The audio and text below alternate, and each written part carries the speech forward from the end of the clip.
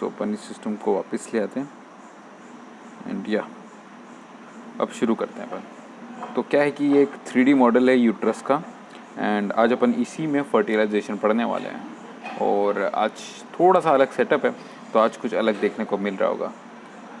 तो सबसे पहले अपन देखते हैं कि ये क्या है। ये एक यूट्रस का पार्ट है। अपन यहाँ पे देख सकते हैं कि ये यूट्रस बॉडी है एंड अपन को फर्टिलाइजेशन देखना है।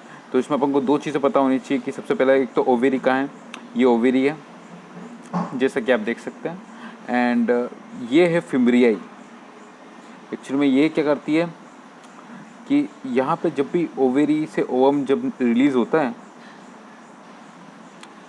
ग्राफियन फॉलिकल से सेकेंडरी oocyte रिलीज़ होते टाइम वो फिम्ब्रियाई उसको कैच कर लेती है, वहाँ से ले जाती हुई वो यूटेराइन ट्यूब या फिर फेलोपियन ट्यूब में लेके जाती है।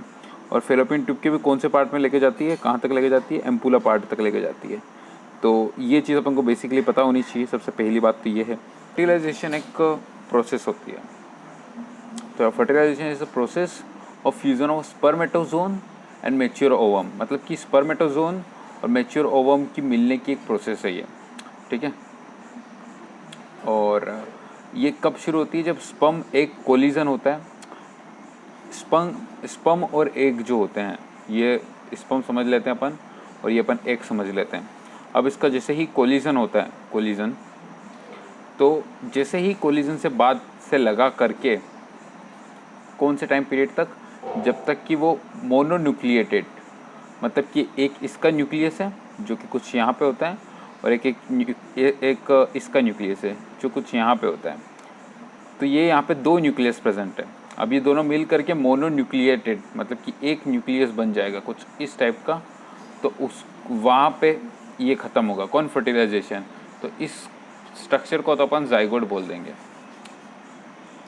तो इसके ऑब्जेक्टिव रहते हैं कि एम्ब्रियोनिक डेवलपमेंट शुरू हो जाए और क्रोमोसोम नंबर जो हैं वो वापस से कितने हो जाएं, 46 हो जाएं। क्योंकि स्पर्म में कितने थे, 23 थे, और ओवम में कितने थे, यहाँ पे भी 23 थे। तो एम क्या हुआ कि यहाँ पे 46 जो क्रोमोसोम है वापस क्रिएटेड हो जाएं। तो ये एक बहुत बड़ा एम होता है।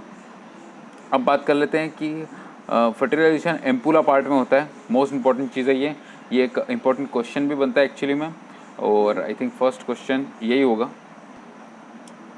अपन देख लेते हैं कि एक्चुअली में यहाँ पे अप्रॉक्सीमेशन होता क्या है और किस टाइप से अपन उसको समझ सकते हैं। तो approximation, approximation of gametes, secondary oocyte जैसे ही रिलीज़ हो जाता है ग्राफियन फॉलिकल से, तो उसको फिम्ब्रियाई कैच कर लेती है। अब फिम्ब्रियाई जो है वो यहाँ पर है, अपन इसको देख लेते हैं। तो फिम्ब्रियाई ऐसे फिंगर लाइक स्ट्रक्चर्स होती है जो इसको यहाँ से कैचअप कर लेती है। अब वो जो कैचअप करती है वो किस मेथड के थ्रू करती है, तो यहाँ पर पे दो इम्पोर्टेंट मेथड होते हैं जिसके थ्रू क्या होता है कि जो फिम्ब्रियाई है वो कैचअप कर लेती है सेकेंडरी oocyte को। तो दो मेथड जो हैं उसके थ्रू क्या होता है कि फिम्ब्रियाई जो होती है वो क्या करती है, ओवम को कैप्चर कर लेती है। तो अपन कौन कौन से दो मेथड, सबसे तो पहला है पॉजिटिव कीमोस्टैक्सिस। इसका मतलब क्या निकल कर क्या है वो भी देख लेते हैं अपन। तो इसका मतलब बेसिकली क्या होता है, इसका मतलब बेसिकली ये होता है कि जो जहाँ पे हाई कंसंट्रेशन है केमिकल की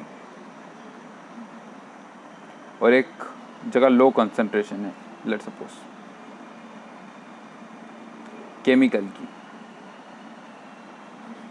तो क्या होगा, लो कंसंट्रेशन से हाई कंसंट्रेशन की तरफ अगर कोई पार्टिकल जा रहा है, मतलब केमिकल की लो कंसंट्रेशन से हाई कंसंट्रेशन की तरफ जा रहा है, तो होता है पॉजिटिव कीमोस्टैक्सिस। और अगर हाई कंसंट्रेशन से लो कंसंट्रेशन की तरफ जा रहा है तो वो क्या होता है, नेगेटिव कीमोस्टैक्सिस।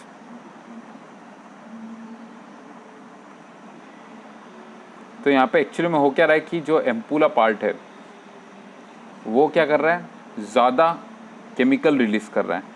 अब जैसे ही यहाँ पे केमिकल ज़्यादा रिलीज़ होंगे तो यहाँ पे क्या होगा, जो जहाँ पे लो कंसंट्रेशन थी, मतलब कि ओवेरी में लो कंसंट्रेशन है किसकी, केमिकल की, और एम्पुला में ज़्यादा है, तो कम कंसंट्रेशन से ज़्यादा कंसंट्रेशन की तरफ वो मूव ऑन करेगा।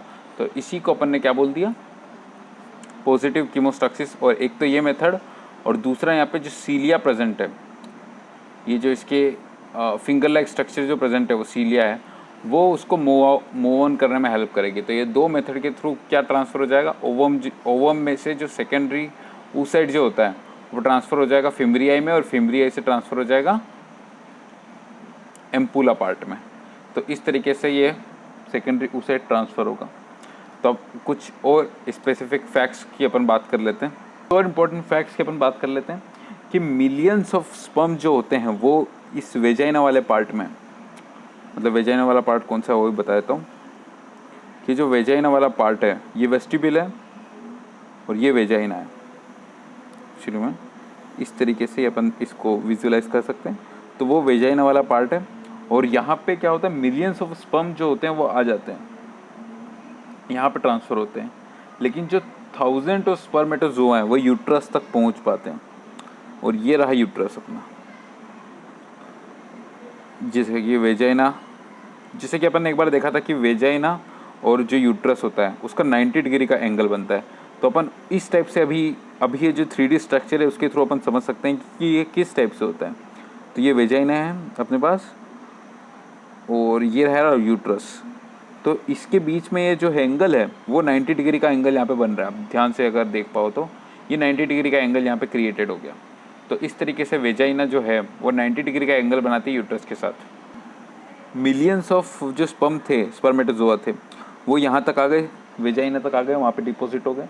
अब उसके पास थाउजेंड्स ऑफ स्पर्मेटोजोआ, मतलब कि मिलियंस में से थाउजेंड वो कहाँ पे पहुँच पाए, वो यूट्रस तक पहुँच पाए। ठीक है, अब यूट्रस तक पहुँच गए। अब लेकिन उसमें से 300 से लगाकर 500 तक ही ओवम तक पहुँच पाएंगे। ओवम कहाँ है, एम्पुला पार्ट में है, मतलब कि ये रहा इस पाथवे में कौन है, ओवम है। तो यहाँ तक सब सिर्फ 300 से 500 स्पर्मेटोजोआ ही पहुँच पाएंगे।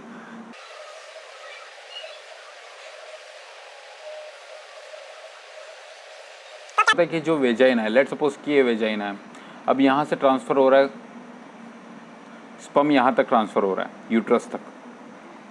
तो क्या होता है, यूटेराइन में कुछ कॉन्ट्रैक्शन भी होते हैं जिसकी वजह से वो ट्रांसफ़र हो पाता है। ठीक है, वो अपनी खुद की मदद से तो ट्रांसफ़र नहीं हो पाएगा। एक बार वो फैक्ट्स वापस से देख लेता हूँ।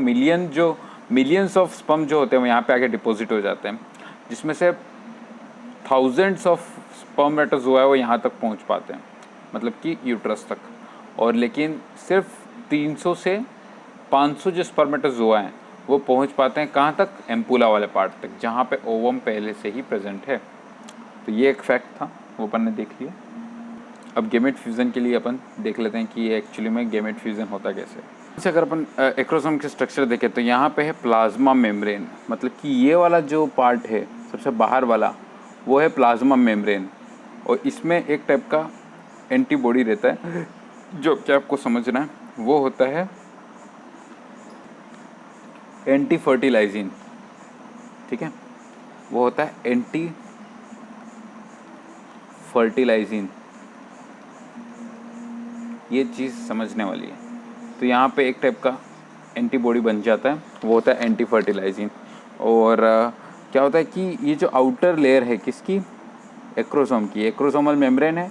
अब इसकी आउटर जो मेम्ब्रेन है, मतलब कि आउटर एक्रोसोमल मेम्ब्रेन, तो ये दोनों आपस में टच हो जाए, मतलब कि प्लाज्मा मेम्ब्रेन ये रही और ये आउटर एक्रोसोमल मेम्ब्रेन वो ये रही, ये दोनों आपस में टच हो जाती हैं, तब कुछ केमिकल जो होते हैं वो रिलीज़ हो जाते हैं। और वो केमिकल कौन से रिलीज़ हो जाते हैं, वो होता है हाइलुरोनिडेज। इसके बारे में अपन ने पहले भी देखा था। तो हाइलुरोनिडेज नाम का एक एंजाइम जो होता है वो रिलीज़ हो जाता है। अब वो रिलीज़ हो जाने के बाद क्या करता है, कि जो कोरोना रेडिएटा सेल्स है, ये रही कोरोना रेडिएटा सेल्स, तो वो क्या करता है, इसको डिसोशिएट कर देता है। सबसे पहले ये डिसोशिएट हो जाती है। तो क्या होता है कि ये जो एक्रोसोम है वो आ गया, इंटैक्ट हो गया। अब उसने डिसोशिएट कर दिया किस, कोरोना सेल्स को। कोरोना रेडिएटर सेल्स जो है वो हट चुकी है और उसके लिए रास्ता बना दिया। ठीक है, यहाँ तक हमको समझ में आ गया। अब जैसे ही वो रास्ता बनाया, अब क्या हुआ कि वो अंदर इंसर्ट हुआ। अब जैसे ही वो उसका हेड इंसर्ट हुआ यहाँ पे जोना पेल्यूसिडा में, तब कुछ प्रोटीन की रिएक्शंस हुई, जो कि हमने इसके पहले वाले लेक्चर्स में हमने देख लिया था। और उसके बाद क्या हुआ, ओलेमा ब्लॉक बन गया। तो अपन देख लेते हैं कि ओलेमा ब्लॉक कैसे बन गया। अब जैसे ही वो इंसर्ट हो गया यहाँ पे, तब यहाँ पे ये ओलेमा ब्लॉक क्रिएटेड हो गया, मतलब कि जिस रास्ते से वो अंदर आया था वो रास्ता ब्लॉक हो गया है। अब क्यों हो गया, ताकि और कोई दूसरे जो स्पम्प्स थे वो अंदर ना आ पाए, इसके लिए वो ब्लॉक हो। कोर्टिकल ग्रेन्यूल्स, अब क्या होगा, जो कोर्टिकल, यहाँ पे लिख देता हूँ मैं,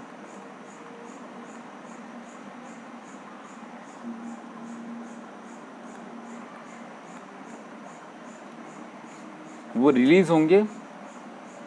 क्यों रिलीज होंगे, क्योंकि यहाँ पे क्या हुआ है कि वो पार्ट बाहर चले गया है, इसलिए वो रिलीज होंगे।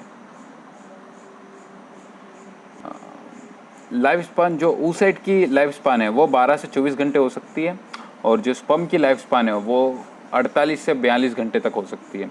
ये चीज़ है वो याद रखने वाली है। अब out of millions of 100 sperm deposit में भेजे हैं हम, ठीक है, इतने तक ही पहुंच पाते हैं। इट टेक्स फ्यू मिनट्स, कुछ मिनट ही लगते हैं स्पर्म को फेलोपियन ट्यूब तक पहुंचने में, ठीक है, कुछ मिनट का खेल है। उसके बाद देख लेते हैं कॉन्टैक्ट एंड फ्यूजन्स।